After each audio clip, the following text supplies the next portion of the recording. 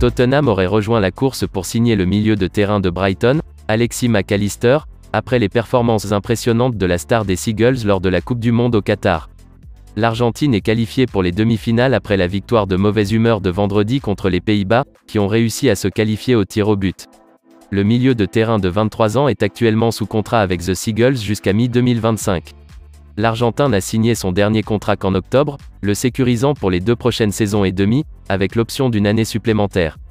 La Juventus, l'Inter Milan et l'Atlético Madrid sont tous intéressés par le joueur, mais Fichares affirme maintenant que les Spurs sont entrés dans le mix. Cependant, le rapport ajoute que l'Inter Milan est le favori pour signer Alexis Mac Allister car il considère le joueur comme un remplaçant à long terme de Marcelo Brozovic. La Juventus a également repéré plusieurs joueurs lors de la Coupe du Monde malgré leurs problèmes financiers, tandis que le patron de l'Atlético Madrid, Diego Simeone, cherche à reconstruire son équipe.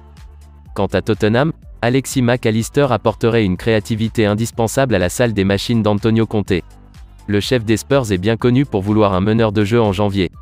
En effet, James Maddison, Ruslan Malinovski et Mohamed Kudus sont tous des cibles. Newcastle a de bonnes chances de recruter Milan Skriniar de l'Inter Milan, selon le média italien Calciomercato. L'international slovaque n'a pas encore signé de nouveau contrat et pourrait partir gratuitement cet été.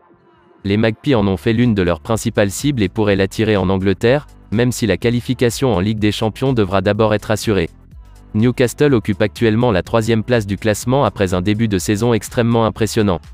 Milan Skriniar est une cible à long terme de Tottenham, tandis que Manchester United a également été pressenti pour que le joueur remplace Harry Maguire à Old Trafford.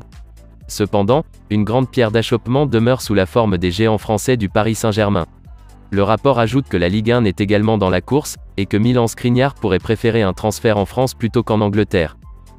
L'arrière latéral de l'AC Milan, Théo Hernandez, continue de susciter l'intérêt de Manchester City, selon Calciomercato. Le joueur de 25 ans a été un élément clé de la route de la France vers les demi-finales de la Coupe du Monde, malgré une mauvaise performance contre l'Angleterre lors de la victoire 2-1 des Bleus en quart de finale samedi. Théo Hernandez a été battu par Bukayo Saka, et a également donné un penalty pour une poussée flagrante sur Mason Mount dans la région. Cependant, son stock a augmenté pendant son séjour au Qatar, suscitant l'intérêt de Manchester City. Théo Hernandez avait précédemment repoussé l'intérêt du patron de Manchester City, Pep Guardiola, ainsi que du Paris Saint-Germain. Cependant, les deux clubs ont toujours un intérêt concret pour le joueur.